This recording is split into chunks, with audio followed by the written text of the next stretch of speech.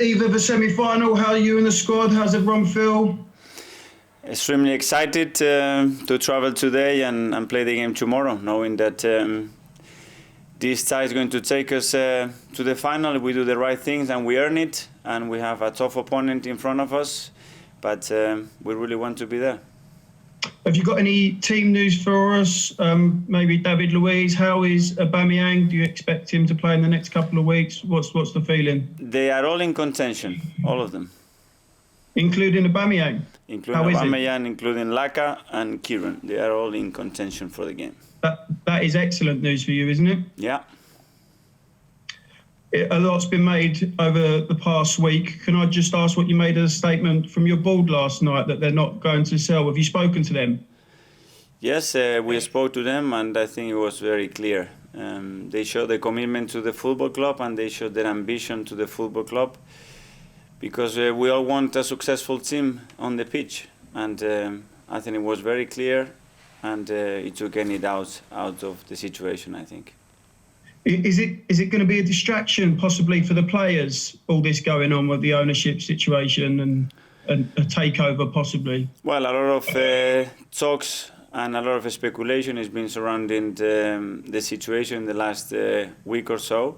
Our fans raised their voices during the match against Everton, but now we have a very clear and committed statement from the ownership, and I think that is gone when they say what they said last night and show the commitment and desire to take the team where we all want. I think it's very clear where we are moving forward.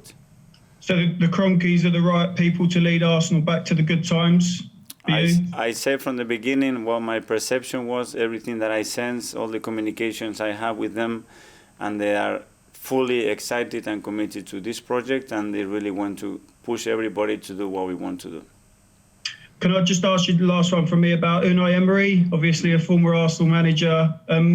Did you ever speak to him much in your career at all? And are you looking forward to managing against him tomorrow? I spoke to him a few times because we had people in common, and then I spoke with him before I took the club, and he was really helpful, a very, very experienced and successful manager in the Europa League, in special with what he's done. So I think there is no doubt that he's got the tools and the knowledge to manage at the top level.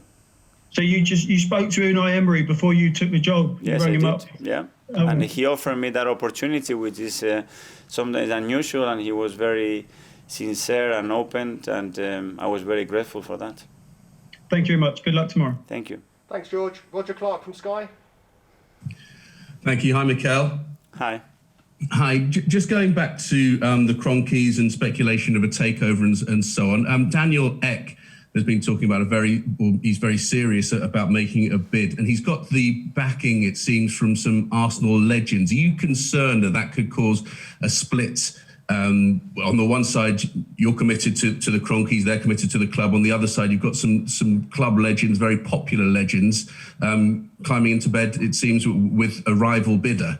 Are you concerned about what that might cause at the club and among the fans and so on? Listen, Roger, I cannot control the speculations and what is going on. What I like to know and talk is about the reality, and the reality is that we have owners that are really, really committed, and that they want a successful team on the pitch, and they're going to do everything they can to achieve that. And this is what we have, and I feel fully supportive with them. And you said that you're hoping that after they've made that statement last night, we can perhaps put this behind you now. But I was there the other day with the fans outside the Emirates, and a lot of them were saying this is just the beginning. This is one protest. There could be more. How concerned are you that we could see this on a regular basis, and it could start to be quite disruptive?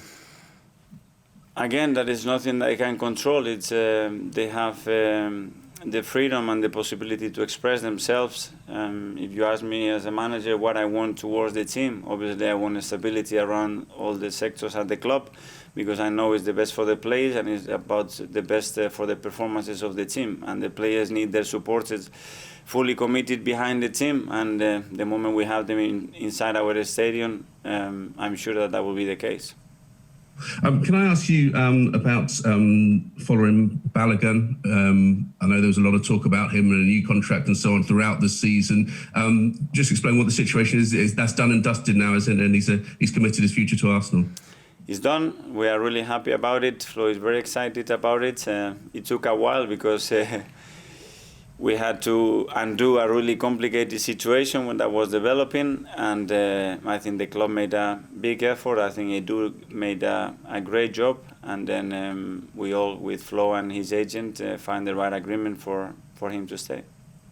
And just finally from me, and you said that you have spoken to the Kroenkes and they made their statement about their commitment to the club. When you spoke to them, what sort of commitments did they give to you in terms of developing the team and funds available? Was that part of the discussion?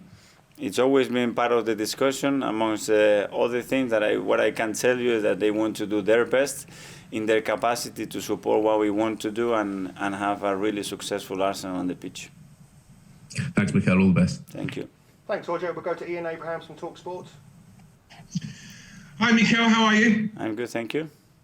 It wasn't too long ago that it seemed that Kieran Tierney might miss the Euros. You were kind of hinting that he'd be in a race against time to be back before the end of the season, maybe even the Euros, and yet he's in contention for this game. So, I mean, he must have made a miracle recovery. Well, he didn't need the surgery that at the beginning we were afraid of, and then he's been working like a beast every single day. And I don't know if he's going to make it tomorrow, but certainly he wants to be as close as possible to that football pitch to give himself the best possible chance. Because this is so important, are you, in a way, willing to risk players like Kieran, for example, or Pierre for these big games? Because you need your best players on the pitch. We do need them because we know that we have some players there in contention at the moment that are the ones that can make the difference in a big tie like this. But the war risk, I don't like it. I want to put players on the pitch that they can perform and they can feel secure that they can perform. If it's a risk or we're going to take a gamble, I don't think it's the right game to do it.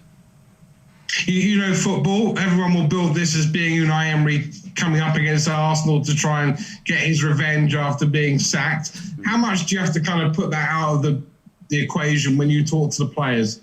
Again, Ian, I cannot control that. That relationship existed, and we cannot go against it. Unai knows the club really, really well.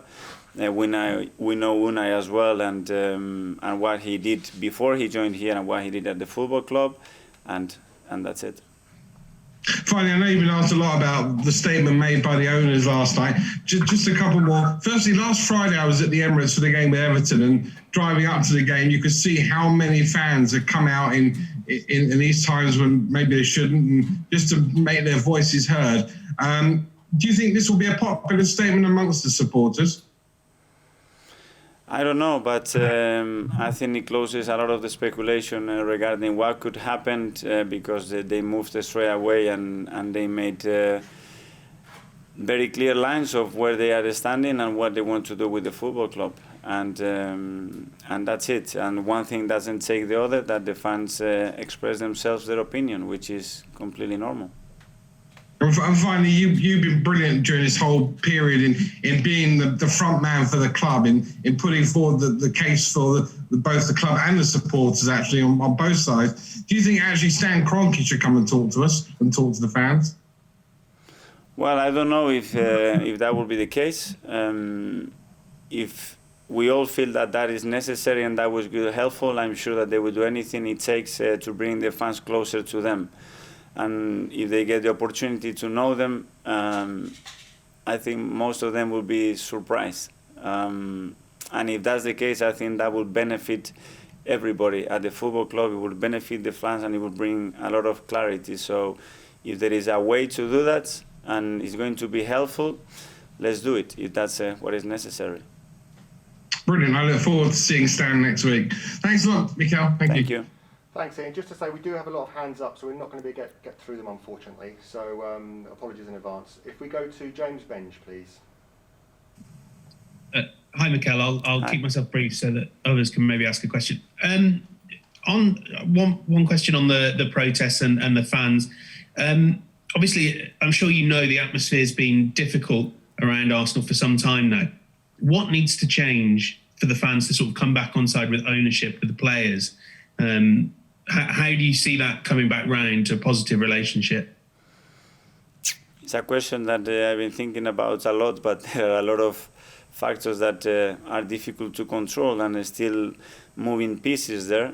But I am positive that in the next few weeks, months, we're going to be in a much better position. The only thing we can do to help that situation is win football matches and win trophies. That always helps in football to bring stability, excitement.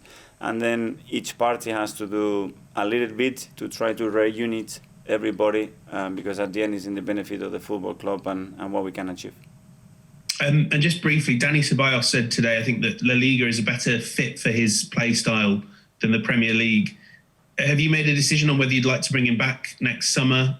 What's the latest there? No, we mentioned to you guys, and at the end of the season we have a lot to play for yet, and I don't want any distractions. We will sit with them.